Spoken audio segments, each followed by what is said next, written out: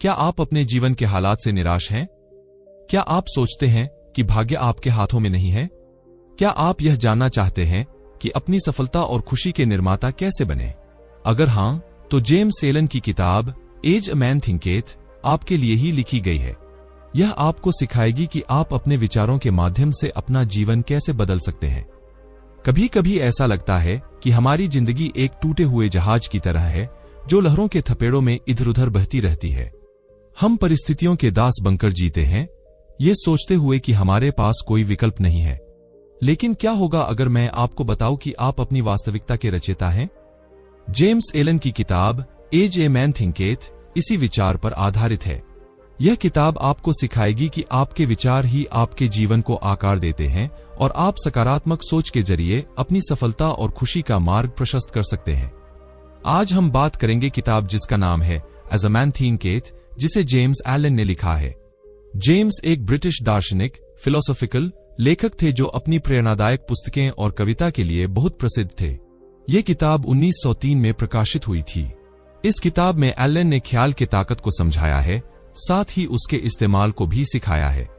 इसमें यह भी बताया गया है कि कैसे इंसान अपनी जिंदगी में अच्छे बुरे हालातों का सामना करता है। इंसान अपनी जिंदगी को फिर से बना सकता है और अपने हालात बदल सकते हैं। ये ऐसी किताब है जो आपकी खुद की मदद करने में मदद कर सकती है। ये किताब ख्यालों के सही इस्तेमाल और ताकत को बताती है। इस किताब को 7 अलग चैप्टर्स में बांटा गया है, जिसको हम डिटेल में समझेंगे। विचार और चरित्र। जैसे एक आदमी अपने दिल में सोचता है वैसा ही होता है। उसका कैरेक्टर उसके ख्यालों का जोड़ होता है। जैसे बीज के बिना पौधा नहीं उग सकता, वैसे ही आदमी का हर काम उसके ख्याल के छुपे हुए बीज से निकलता है। काम ख्याल का फूल है और खुशी और गम इसके फल हैं। हमारे दिमाग के ख्याल ने ही हमें बनाया है। हम जैसा सोचते हैं वैसे ही बनते हैं। अगर किसी आदमी के दिमाग में बुरे ख्याल आते हैं तो दुख उसके पीछे वैसे ही आता है जैसे पहिया, बैल, ऑक्स के पीछे आते हैं। अगर कोई अच्छे और शुद्ध ख्याल दिमाग में लाता है तो खुशी उसकी परछाई की तरह उसके पीछे आती है। इंसान नियम से बढ़ता है, ना कि धोखेबाजी से, और उसका असर ख्यालों की दुनिया में भी वैसा ही है जैसे दिखने और चुनने वाली चीजों की दुनिया में। एक महान और भगवान जैसा किरदार किसी मौके या एहसान की बात नहीं है, बल्कि ये सही सोच के लिए लगातार की गई मेहनत का फल है। आदमी खुद से ही बनता या बिगड़ता है। ख्यालों के हथियार रखने की जगह पर ऐसे हथियार बनाता है जिससे वो खुद को बर्बाद कर देता है। वो उन औजारों का इस्तेमाल भी करता है जिनसे वो खुद के लिए खुशी और शांति का स्वर्ग जैसा महल बनाता है। ख्यालों के सही चुनाव और इस्तेमाल से इंसान परफेक्शन की तरफ बढ़ता है और बुरे ख्यालों की गलत इस्तेमाल से वो शैतान से भी नीचे गिर जाता है। इन दोनों चीजों के बीच इंसान के सभी किरदार आते हैं और इंसान ही उनको बनाता है और वही उनका मालिक भी है। ताकत, समझौता, प्यार और अपने ख्यालों के मालिक होने के नाते इंसान के पास हर हालात की चाबी है और उसके अंदर कुछ ऐसा है जिससे वो जो चाहे बन सकते हैं। बहुत ढूंढने और खोदने से सोने और हीरे मिलते हैं और इंसान खुद से जुड़ा हर सच ढूंढ सकता है अगर वो अपनी आत्मा की गहराई तक जाए। वो अपने चरित्र को बनाता है, जिंदगी को ढालता है और अपनी किस्मत को बनाता है। परिस्थितियों पर विचार का प्रभाव। एक इंसान का दिमाग एक बगीचे की तरह होता है जिसकी समझदारी से खेती की जा सकती है या उसे जंगली बन जाने दिया जा सकता है। अगर इसमें जरूरी बीज नहीं डालेंगे तो उसमें बहुत से बेकार बीज गिर जाएंगे और अपनी तरह से पौधे उगने लगेंगे। जैसे एक माली अपने बाग की रखवाली करता है, उसे बुरे बीजों से दूर रखता है और जिन फल फूलों की उसे जरूरत होती है उन्हें बड़ा करता है। इसी तरह इंसान भी अपने दिमाग से सभी खराब, बेकार और अशुद्ध ख्यालों को निकालकर सही, काम के और शुद्ध ख्यालों के फल और फूल लगा सकते हैं। इस तरीके को अपनाकर एक इंसान आज नहीं तो कल ये पता लगाता है कि वो ही अपनी आत्मा का माली है और अपनी जिंदगी का निर्माता है। साथ ही वो ये भी समझता है कि कैसे दिमाग के ख्याल उसके किरदार, हालात और किस्मत को बनाते हैं। ख्याल और किरदार एक ही है और जैसे किरदार सिर्फ वातावरण और हालातों से ही ढूंढा और बनाया जा सकता है, इंसान की जिंदगी की बाहरी हालत उसकी अंदरूनी हालत से जुड़ी हुई होती है। इसका यह मतलब नहीं है कि एक वक्त में इंसान के हालत उसके पूरे चरित्र को दिखाते हैं, बल्कि वो हालात उसके उस वक्त के कुछ ख्यालों से जुड़े होते हैं। इंसान हालातों से घिरा रहता है जब तक वो खुद को बाहरी हालात का जीव मानता है, पर जब हमें एहसास होता है कि वो एक रचनात्मक ताकत है और वो हालातों की छुपी हुई मिट्टी और बीजों को आदेश दे सकता है, तब वो खुद का असली मालिक बनता है। जिस भी इंसान ने एक लंबे समय तक आत्मनियंत्रण की प्रैक्टिस की है, वो जानता है कि हालात ख्यालों से ही बनते हैं, और उन्होंने ये हमेशा ध्यान दिया है कि उनके हालातों का बदलाव बिल्कुल उनकी बदली हुई मानसिक हालत के बराबर है।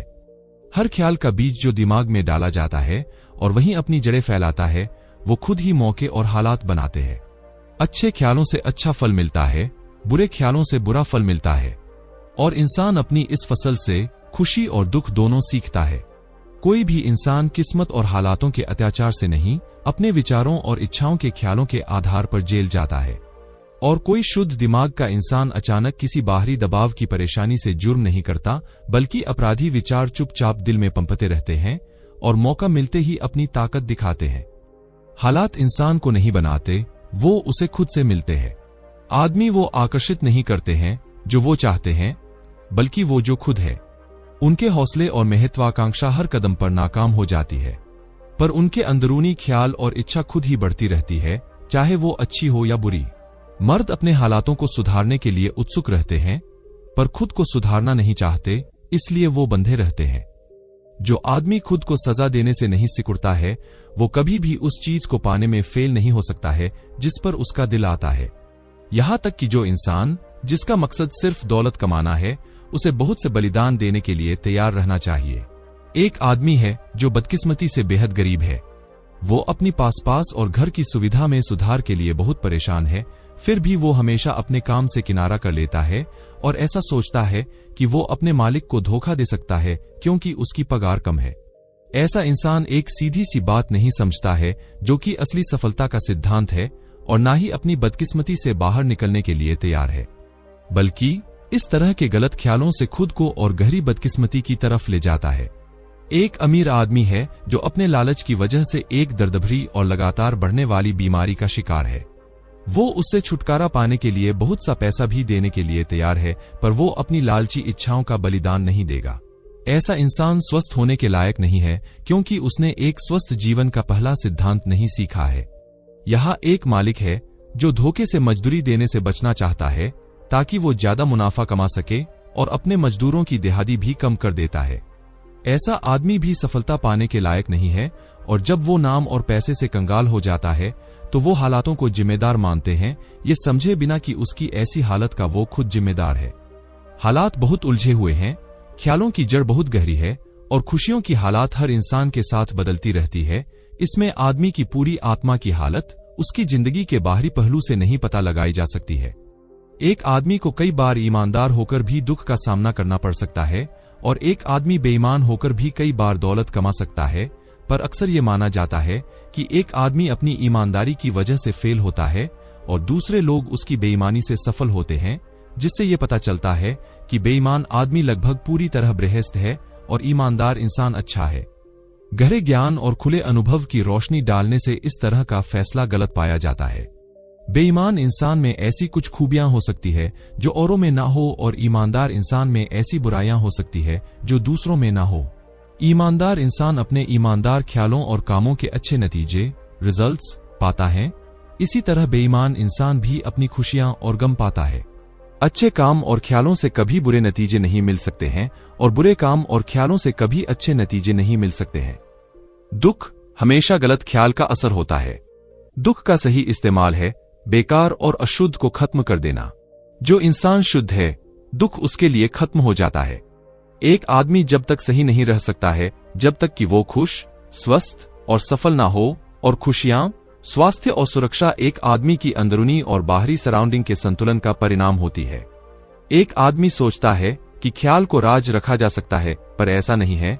वो लगातार आदत बनता जाता है, और आदत ही हालात बनती है। जैसा नशे की आदत ही बर्बादी और बीमारी का कारण बन जाती है, किसी भी तरह के अशुद्ध विचार भ्रमित आदतें बन जाते हैं, जिससे भटकने वाले हालात बनते हैं। डर और शक के ख्याल कमजोर और डरने वाली आदतें बनती हैं, जिनसे फेल होने के हालात बनते हैं। आलसी ख्यालों से गंदगी और बेईमानी की आदतें बनती है, जो बदबूदार और भिखारीपन के हालात बनाती है। नफरत और निंदा करने वाले ख्याल इल्जाम और मारपीट की आदत बनाते हैं, जिनसे चोट और दर्द के हालात बनते हैं। लालची ख्यालों से अपना फायदा सोचने की आदतें बनती हैं, जिनसे और ज्यादा परेशानी के हालात बनते हैं। दूसरी तरफ सुंदर ख्यालों से दयालु आदतें बनती हैं, जिनसे उज्ज्वल हालात बनते हैं। शुद्ध ख्यालों से शांत रहने और आत्मनियंत्रण की आदत बनती है, जिनसे शांति के हालात बनते हैं। साहसी ख्यालों से इंसानी आदतें बनती है, जिनसे सफलता और आजादी के हालात बनते हैं। एक आदमी सीधा अपने हालातों को नहीं चुन सकता, पर वो अपने ख्यालों को चुन सकता है और इस तरह वो अपने हालातों को शक्ल दे सकता है। स्वास्थ्य और शरीर पर विचार का प्रभाव। शरीर दिमाग का नौकर है।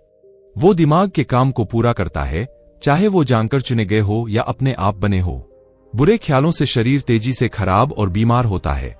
खुशहाल और सुंदर ख्यालों से वो जवान और खूबसूरत हो जाता है। डर का ख्याल इंसान को गोली की तेजी से मार डालता है। घबराहट शरीर को बीमारी के अंदर घुसने के लिए खोल देती है और अशुद्ध ख्याल नर्वस सिस्टम को नुकसान पहुंचाते हैं। इंसान जब तक गंदे ख्याल सोचता रहेगा, उसका खून अशुद्ध और जहरीला होता रहेगा। एक साफ दिल से ही एक साफ शरीर और जिंदगी निकलती है, और सड़े हुए दिमाग से सड़ी हुई जिंदगी और भ्रष्ट शरीर बनता है। जो इंसान अपने ख्याल नहीं बदलेगा, उसको डाइट को बदलने से कोई फर्क नहीं पड़ेगा। जब एक इंसान अपने ख्यालों को शुद्ध बना लेता है, तो वो अशुद्ध खाना नहीं खाना चाहेगा। अगर आप अच्छा शरीर चाहते हैं, तो अपने दिमाग को बचाकर रखें। शरीर की बीमारी को खत्म करने के लिए खुशहाल ख्यालों से बेहतर डॉक्टर कोई नहीं है, ना ही दुख दर्द की परछाई को इससे बेहतर तरीके से मिटा सकता है। हमेशा बुरे ख्यालों में रहने का मतलब है खुद के लिए जेल बनाना। विचार और उद्देश्य। अगर ख्याल आपके मकसद से नहीं जुड़ा हुआ है, तो कुछ भी हासिल नहीं होगा। जब विचार को उद्देश्य से जोड़ा जाता है, तभी बौद्धिक सिद्धि होती है। जिनका जिंदगी में कोई मकसद नहीं होता है, वो आसानी से चिंता, डर, परेशानी में पड़ जाते हैं, जो कि फेलियर, नाखुशी, नुकसान और कमजोरी तक ले जाते हैं। एक आदमी को अपने दिल में एक मकसद रखना चाहिए जिसे वो पा सके। उसे इस मकसद को ही अपने ख्यालों का सेंट्रल पॉइंट बनाना चाहिए। उसे इस मकसद को पाने के लिए खुद को समर्पित कर देना चाहिए और अपने ख्यालों को लालच और कल्पनाओं में नहीं भटकने देना चाहिए। अगर वो अपने मकसद को पाने में बार बार फेल भी होता है, तो उसके किरदार की ताकत ही उसकी सफलता का पहचान होती है, और ये भविष्य की ताकत और जीत के लिए नया स्टार्टिंग पॉइंट बनता है। जैसे एक शारीरिक तौर पर कमजोर इंसान ट्रेनिंग से खुद को मजबूत बना सकता है, उसी तरह कमजोर ख्यालों का इंसान भी सही सोच से खुद को मजबूत बना सकता है। कमजोरी को हटाकर और मकसद के साथ सोचना शुरू करके उन मजबूत लोगों में शामिल हुआ जा सकता है, जो असफलता को सफलता का रास्ता मानते हैं। अपने मकसद को पाने के लिए एक इंसान को अपनी सुरक्षा तक का रास्ता मानसिक रूप से बनाना चाहिए, बिना आए बाए देखे। डर और शक को बिल्कुल हटाना चाहिए, ये आपकी मेहनत को खराब कर देते हैं। डर और शक के ख्याल ना कभी कुछ हासिल कर पाए हैं, ना ही कभी कर पाएंगे। वो हमेशा असफलता तक ले जाते हैं। डर और शक ज्ञान के सबसे बड़े दुश्मन हैं।